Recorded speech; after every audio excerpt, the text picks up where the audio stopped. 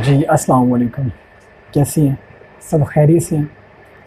अच्छा, हमारे मुआशरे में जो कंसेप्ट पाया जाता है ना कि अगर औरत के ऊपर कोई दाग लग जाए, तो उसको उस दाग को मिटाने के लिए सारी ज़िंदगी सबूत देना पड़ता है कि हाँ, मुझसे गलती हो गई थी, लेकिन अब मैं ठीक हूँ, ठीक है?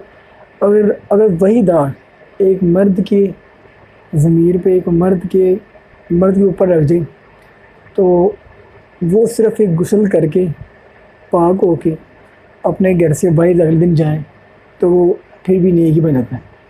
मीन कि हमारी एक ऐसी सोसाइटी बन गई हुई है कि जहाँ पे अगर औरत कोई गलत काम कर दे, तो सारी ज़िंदगी के लिए उसे सुनना पड़ता है कि तुमने फ़लाँ जगह पे फ़लाँ ये काम किया था। लेकिन अगर वही काम कोई लड़का कर दे, तो हमारे अंदर ये कंसेप्ट पाया जाता है, जो कंसेप्ट बहुत ही ज़्यादा आम है। हम लोग कहते हैं कि नहीं यार, ये तो लड़के हैं, लड़के तो कर देते हैं, लड़के तो होते ही ऐसे हैं, लड़के ऐसा करते हैं, लड़के ऐसे होते हैं, लड़के तो होते ही ऐसे हैं। क्यों होते हैं भाई? लड़कों के अंदर फीलिंग्स हैं, तो लड़कियों के अंदर भी फीलिंग्स हैं। लड़कियां फीलिंग लेस नहीं होती, ठीक है? तो हम इस चीज़ को बड़ा ही एक अजीब चीज़ बना देते हैं। आज बेसिकली मैं जिस टॉपिक पर बात करना चाह रहा हूँ वो औरत ही है, लेकिन औरत के अंदर एक किस्म है जिसे हम लोग कहते हैं तवाइफ। कि मैंने बहुत से लोग देखे हैं, बहुत सी ऑब्जर्वेशन की मैंने की है कि लोग खुद अगर वो किसी बुरे काम में मुलविस हैं, लेकिन फिर भी वो बुरा काम करने के बावजूद भी इस कदर अच्छे काम कर रहे हैं कि कोई हमारे नज़दीक जो मुल्ला आलिम मैंने नहीं देखा कि ऐसे लोग भी मैं अपनी ज़िंदगी में ऑब्ज़र्व किए हैं। ऐसे लोगों को भी मैं जानता हूँ कि जो लोग अपने अमल से बहुत ही एक कहते हैं गलत काम में मुलविस हैं, बहुत गलत काम करते हैं अपने डेली रूटीन में, लेकिन उनकी ज़िंदगी से जो दूसरे लोगों को फ़ायदा पहुँच रहा है ना, वो एक्सप्लेनेबल नहीं है यहाँ पे। कि हम लोग अगर कोई कहते हैं ना कि यार फलाना फलाना वो फ़िल्म स्टार है या फलाना कोई बंदा है, तो हम लोग कहते हैं यार वो तो है ही वजनबी, वो तो है ही ऐसा। यार हम कौन होते हैं किसी के ऊपर ये लोगो लगाने वाला कि फलाना बंदा ऐसा या फलाना बंदा वैसा नहीं है। वो तो अल्लाह के करीब, अल्लाह तबारक व तआला जानते हैं ना वो बंदा अल्लाह के करीब कितना ही ज़्यादा मोतबर है, बेहतर है या बुरा है। इसलिए हमको कभी भी अपने आप को इस कदर ऊंचे मुकाम पे नहीं ले जाना चाहिए जहाँ पे हम लोगों को सर्टिफिकेट दे दें कि आप अच्छे हो या आप बुरे हो।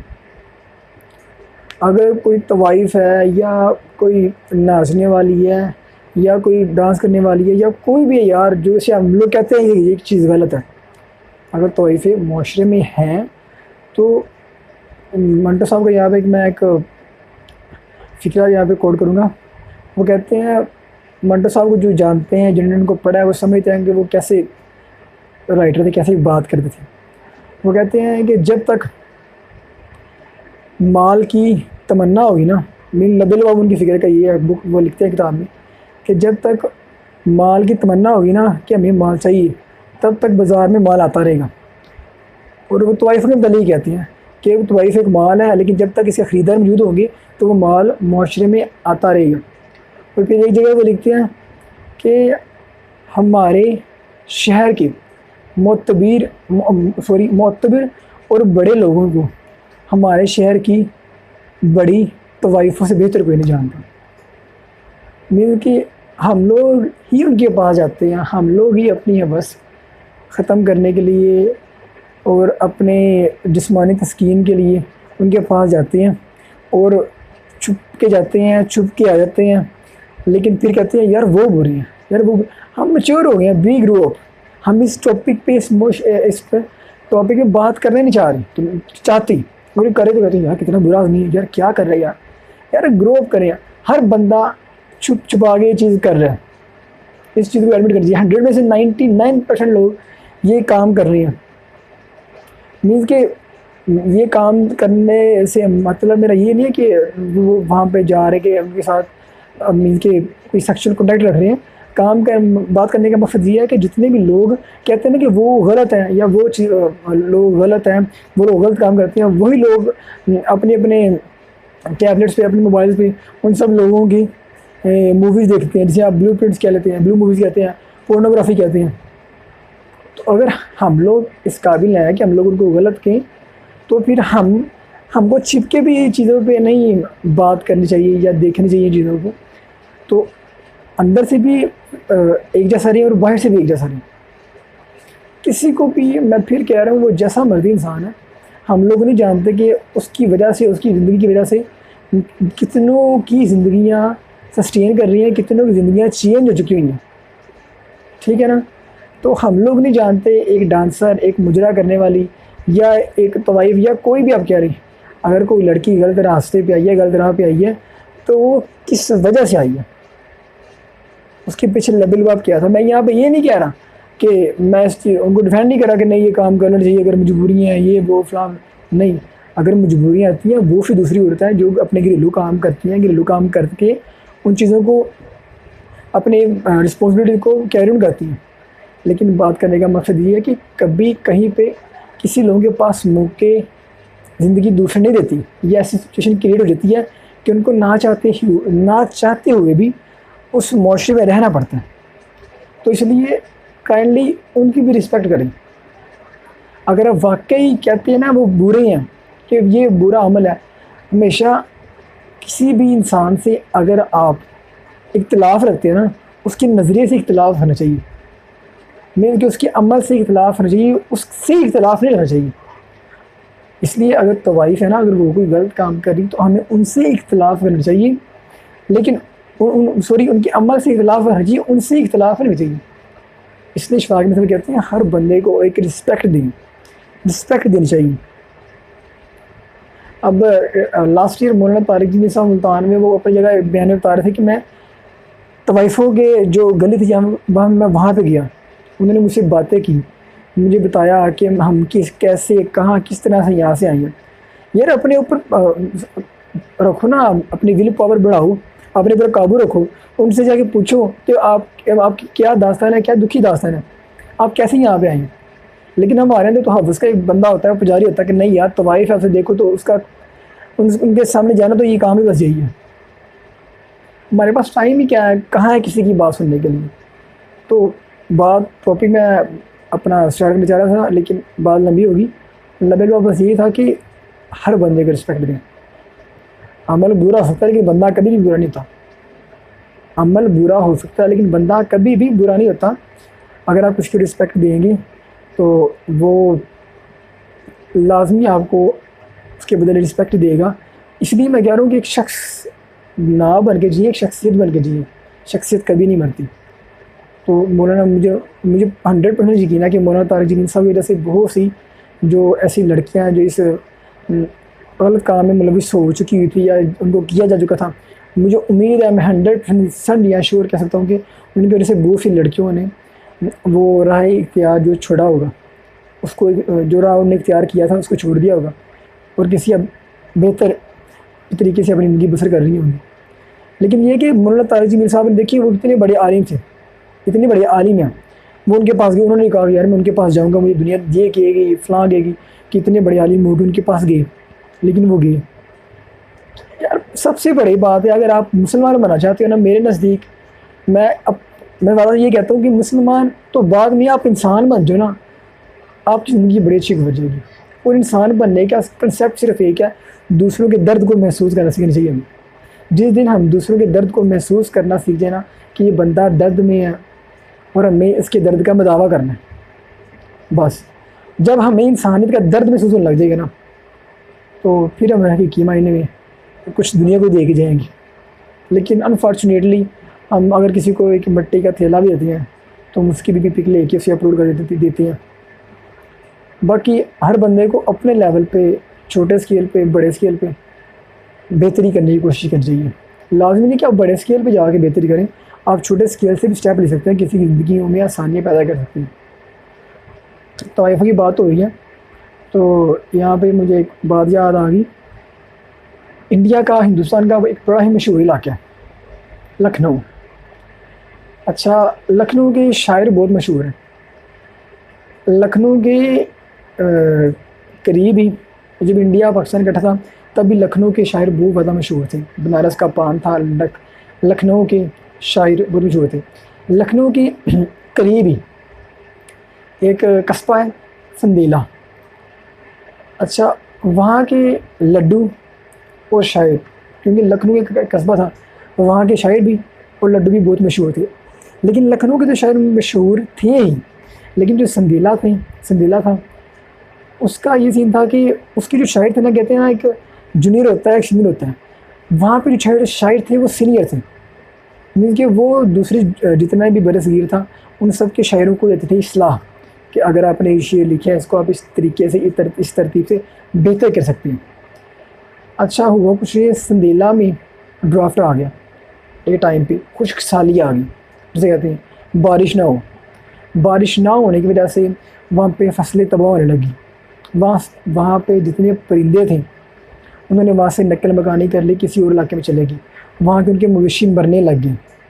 इस कदर खुश्क साली होगी कि लोगों का जीना, वहाँ पे रहना सहना मुश्किल हो गया।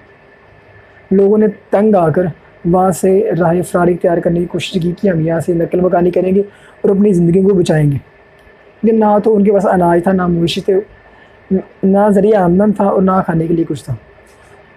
अच्छा, गांव के लोगों ने, उस कस्बे के लोगों ने उस कस्बे के मुखिया जी को, जो कि मुखिया होते थे, जो कि सरपंच वगैरह होती थी तो उस टाइम में, और जैसे हम अब हमारे यूनियन कौन सा, जनरल कौन सा सेक्रेटरी वगैरह, तब मुखिया कहते थे, जो निज़ाम को देखते थे गांव के कस्बे को। कस्बे के मुखिया जी को गांव के लोगों ने कहा, जी मुखिया जी, खुश्क साली है तो हम अपनी जानों का बचाव करने के लिए यहाँ से नकल मकानी करने लगे। मुखिया ने कहा इस तरह तो हमारा जो कस्बा है वो बयान हो जाएगा।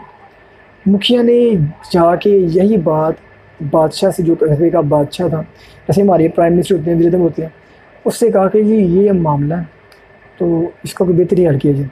उन्होंने कहा जी बेहतर ये है, सलाह दी गई कि दुआ करवाई जाए, नमाज इस्तिस्का अदा की जाए। मुसलमानों के अंदर ये होता है कि जब बारिश नहीं आती या कोई ज़लज़ले वगैरह आए तो मुसलमान जो है नमाज इस्तिस्का अदा करते हैं, नमाज इस्तिग़फ़ार अदा करते हैं कि अल्लाह पाक हमसे अगर नाराज़ है तो हमसे राज़ी हो जाए। तो नमाज इस्तिस्का इसलिए अदा की गई और अल्लाह पाक से इसलिए दुआ की कि अल्लाह पाक हमें बारिश नाज़िल अता फरमा, ताकि हमारा रहना यहाँ पे आसान हो सके, जो परिंदे गए वो वापस आ सके, मवेशी हमारे यहाँ पे फल फूल सके, हमें अनाज मिले, हमारी फसलें बढ़ें। नमाज इस्तिस्का अदा की गई, लेकिन फ़र्क नहीं पड़ा, बारिश ना आ सकी। उस कस्बे में हिंदू भी रहते थे। अब हुआ कुछ यूँ कि हिंदू ने कहा जी अब नमाज इस्तिस्का अदा करने के बाद कोई फ़र्क नहीं पड़ा, बारिश नहीं पड़ी, नहीं आई, तो हम अब अपना सारन बजाएंगे, जो हिंदू का तरीका होता था, अपनी इबादत करेंगे और अपनी इबादत करके अपने भगवान जी को मनाएंगे कि वो हमसे राज़ी हो जाए और बारिश वो दें।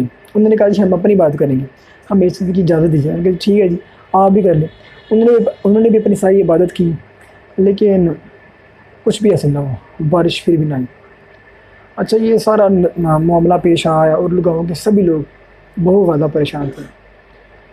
अब लखनऊ में संदेला की जो तवाइफ़ें थी, अगर आप में से कोई तारीख़ पढ़ें, तरीक़ों पढ़ते हो लखनऊ के तरीक़ों, तो उनको पता होगा या पता चलेगा कि जो लखनऊ की तवाइफ़ें थी वो पूरे उत्तर प्रदेश में, जो कि अब यूपी कहलाता है, उसमें बहुत ज़्यादा मशहूर थी। तो वो तवाइफ़ें जो बहुत ज़्यादा मशहूर थी और बहुत ज़्यादा हुस्न वाली थी, वो भी क्योंकि वो संदीला में रहती थी, उनको भी सारी मुश्किलात का सामना था।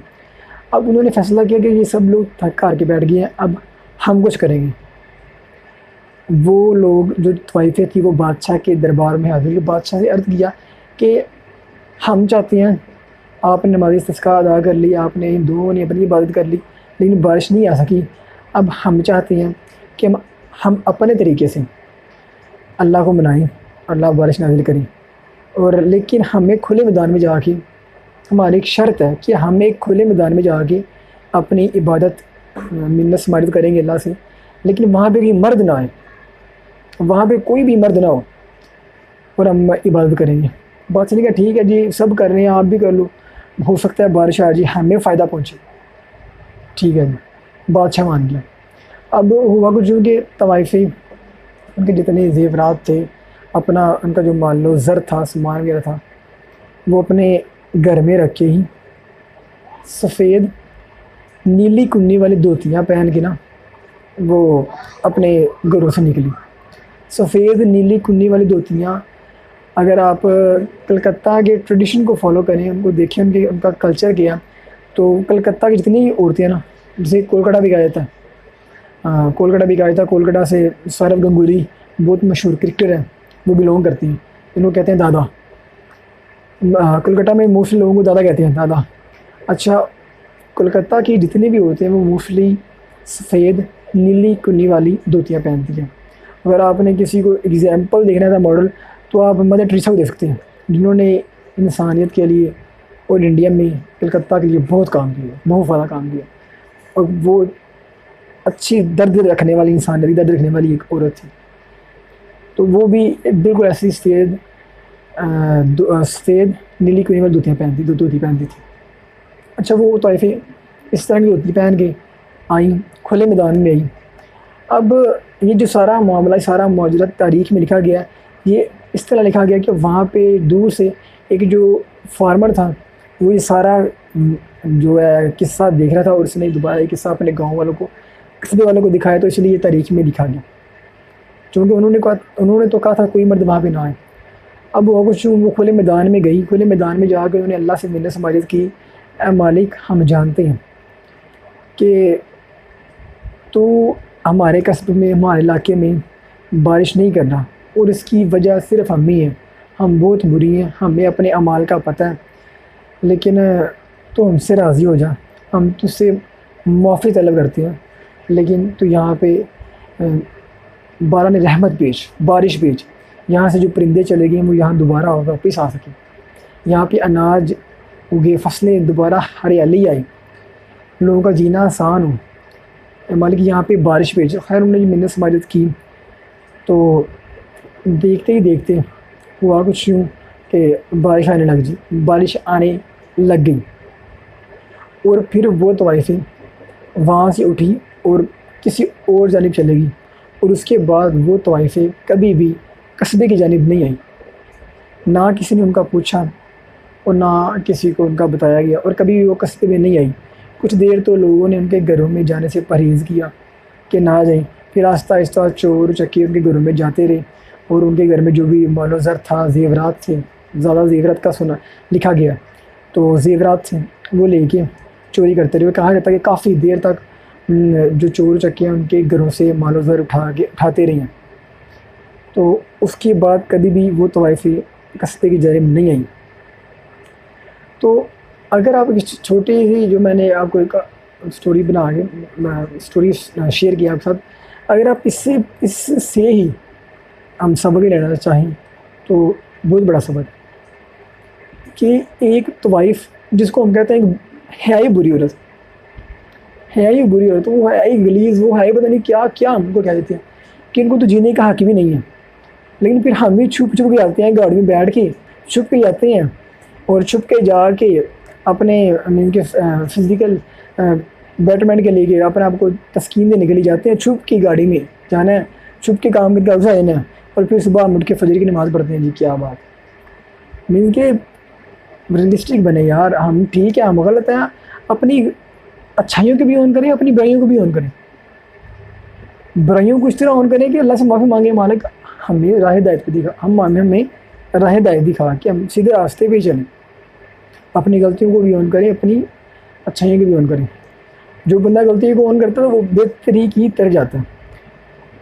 ओशो एक इंडियन पब्लिक स्पीकर है, उन्होंने एक जगह पे उनके ओरेशन में उन्होंने लिखा था कि मैंने जब भी तवाइफ़ों से बात की है, उन्होंने मुझे यही पूछा है कि खुदा को कैसे हासिल किया जा सकता है, खुदा की तरफ जाने के रास्ते क्या हैं, और मैंने जब ही आम लोगों से बात की है, उन्होंने मुझसे हमेशा यही बात की है, उन्होंने हमेशा मुझसे सेक्स के मुतालिक पूछा।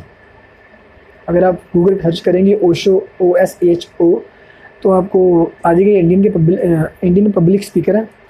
तो वो कहते हैं कि जब तवाइफ़ों ने मुझसे कभी भी सेक्स के मुतालिक कभी भी बात नहीं की, लेकिन आम लोगों ने हमेशा मुझे सेक्स के मुतालिक ही पूछा है तो वाइफ ने जो पूछा अल्लाह के बारे में पूछा, आम लोगों ने जो पूछा शख्स के बारे में पूछा। तो इसलिए कभी भी अगर कोई इंसान आपके सामने में कोई ऐसे अमल में मुलविस आप कहते हैं जो आपके नज़दीक अगर वो गलत है, तो काइंडली उस पूरे इंसान को गलत न तस्वुर कर लें, उसकी उस अमल को ही गलत तस्वुर करें। तो कोई भी है उसको इज़्ज़त दें, इज़्ज़त देने से ही मामलात हल होंगे। और मेरा ये मान है, और मैं जिस बंदे को फॉलो करके यहाँ आपके साथ बैठा हूँ, शफाक अहमद साहब, उनका तो नारा यही है कि भाई इज़्ज़त दो सबको। कोई पढ़ा लिखा है, बिजनेसमैन है, नहीं है, डजेंट मैटर, इज़्ज़त दो। हम बहुत पीछे हैं, बहुत ज़्यादा पीछे हैं, लेकिन मैं समझता हूँ कि मैं अपनी जगह, आप अपनी जगह, एक छोटे स्केल पे एक बेहतरी करने की कोशिश करें। छोटे स्केल पे टाइम लगेगा, 100 साल बाद हम इम्प्रूव हो जाएंगे। अचानक सडनली कुछ नहीं होना, क्योंकि हम टोटली हमारी पूरी बॉडी टोटली ना मीन के हर तरह के काम में मुलविस है। तो अनफॉर्चुनेटली, लेकिन आहिस्ता आहिस्ता छोटे छोटे स्केल से अगर हम कोशिश करें, मैं कोशिश करता हूँ आज जो चीज़ें मुझ में गलत है, आप छोटे छोटे स्केल से हम कोशिश करें, बड़े स्केल पे ना जाएं। बड़े स्केल पे काम करना मुश्किल होता है, छोटे छोटे स्केल पे जाएं। जिस भी तरह से आप किसी को आसानी दे सकते हैं, किसी की लाइफ आसान कर सकते हैं, करें। तो आहिस्ता आहिस्ता इंशाल्लाह चेंजिंग आ जाएगी। लेकिन यह है कि किसी को भी उसके अमल से ना डिफ़ाइन करें। तो हमारे माशरे में एक बड़ी ज़्यादती हो रही है औरत के साथ। उम्मीद है कि अल्लाह पाक हमें भी इस कदर ज़र्फ़ दें कि हम उनके साथ अच्छा सलूक कर सकें। अगर हमारी घरेलू की बात करें, तो लड़की को शुरू से कहा जाता है जी ये तो पराई है, और जब वो पराई घर चल जाती है तो फिर उसको ये कहा जाता है ये तो जी हमारी है नहीं, तो पराई घर से आई है। तो उसकी औरत की लाइफ एक बड़ी चीज़ है। इसलिए मोस्टली मुन्ना लड़की को, औरत को जितने हो सके इज़्ज़त दें। इस्लाम में तो औरत की बड़ी कदर बयान की गई है। तो आप जिस भी मर्ज़ी रिलीजन से ताल्लुक़ रखते हैं, तो औरत को मोस्ट इम्पोर्टेंटली स्पेशली इज़्ज़त दें, उनकी इज़्ज़त एहतराम करें। तो कोई भी मर्द है, कोई भी है, बच्चा बूढ़ा, सब की इज़्ज़त दें, इज़्ज़त करें उसको। और किसी भी पर्सन को उसके अमल से डिफ़ाइन ना करें। अगर उसको कोई अमल गलत है तो हम लोग नहीं जानते वो दिल से कितना साफ़ है, कितना अल्लाह के करीब है। अगर वो तौफ़ी चाहती तो वो भी उस घर में सुकून से बैठती। उनके पास तो इतना मालूम बता था, इतना मालो ज़र था, वो इंडिया के बरसगीरी किसी दूसरे ममालिक में शिफ्ट हुई थी। तो वो तो मशहूर भी बहुत थी अपना संदेला की तौफ़ी अपने टाइम पे अपने उस इलाके में। तो वो ज़िंदगी बसर कर सकती थी, लेकिन उन्होंने अपनी जगह नहीं छोड़ी और अपने अल्लाह से दुआ मांगी कि मालिक हम बुरे हैं, यहाँ बारिश पेज। तो इसलिए एक पॉजिटिव लुक रखें, मुस्बत तरीके से दुनिया को देखने की कोशिश करें। इंशाल्लाह आपको मुस्बत चीज़ें नज़र आएंगी। अपना बहुत ध्यान रखें। अल्लाह हाफ़िज़।